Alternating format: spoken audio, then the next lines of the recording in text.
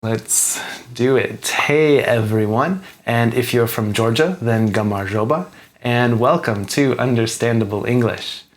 This video is part of the travel series that I have been doing recently, where I tell you a little bit about the different travels that I have done around the world. I do this in a very relaxed and understandable way, so that you can learn about the world and also learn English at the same time. Today, I'm going to tell you a little bit about my trip to Georgia. Now, this one was quite short.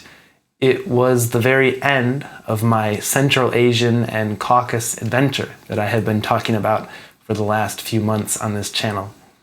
But I have always wanted to go to Georgia. It's been on my bucket list forever, but it's been constantly postponed or delayed for one reason or the other.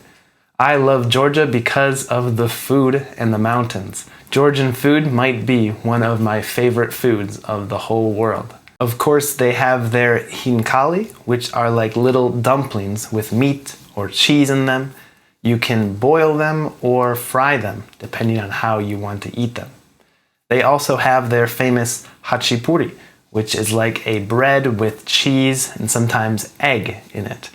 They have many different variants, and I like the Ajarian one with the egg in the middle.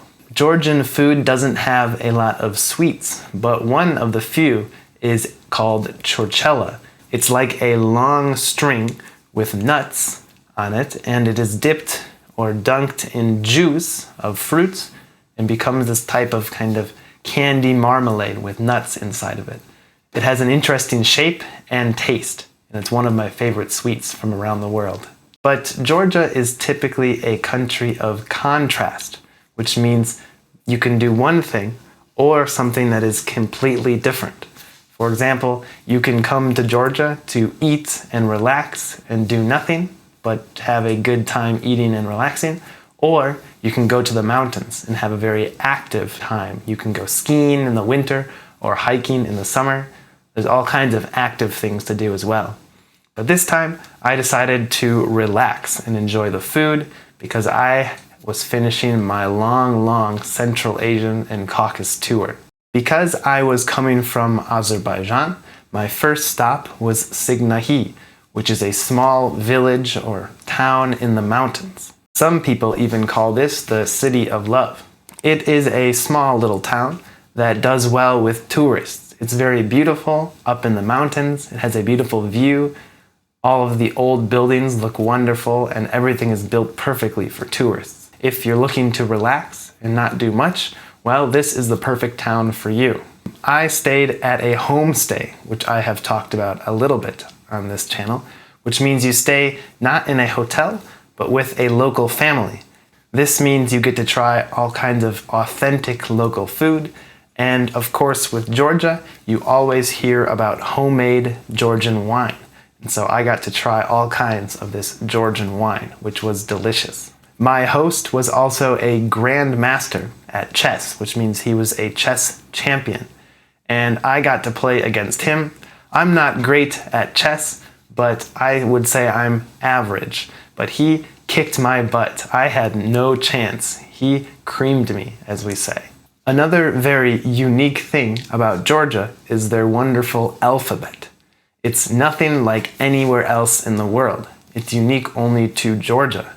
While I was there, I did my best to learn the alphabet and learn to pronounce things. But many of the letters look very similar, so it was a difficult alphabet to learn. But I still did okay, and by the end, I was able to pronounce a few things that I saw in the stores. But after Sighnaghi, we went to Tbilisi, the capital of Georgia. Now this city is legendary. It is a wonderful, beautiful city in the hills in Georgia. I would describe it as picturesque. Every little corner is a wonderful opportunity to take a picture. It has these vibrant colors, and everything is a little bit run down. It's not perfect. It really gives the idea of the city being old and active. We walked around Tbilisi for a few days and enjoyed the views, the historical parts of town, and did everything that the tourists typically do. When we were there, it was extremely hot, way too hot, so walking around was a bit difficult, but we still managed to have some fun. We also spent a day in Mtskheta, which is not far from Tbilisi. This city is relatively small, more like a small town, and it is famous for its monasteries up on the hill. Also, it's a famous place where two rivers come together before flowing or moving onward towards Tbilisi. This town was more or less a tourist town nowadays. It was small, relatively cute and put together, but it didn't have that vibe like Tbilisi had, where it seems that real people are living there. When things are too perfect, you kind of feel like it's an artificial or not real place. But after my short few days in Georgia, it was time for me to go home. My summer adventure was finished. But I did not see everything in Georgia. There's still so much for me to see. So one day I hope to return to Georgia and see more, and of course eat more as well. If you learned something new, feel free to press like or subscribe, and I'll see you next time on Understandable English. Have a wonderful, wonderful day. Toodles.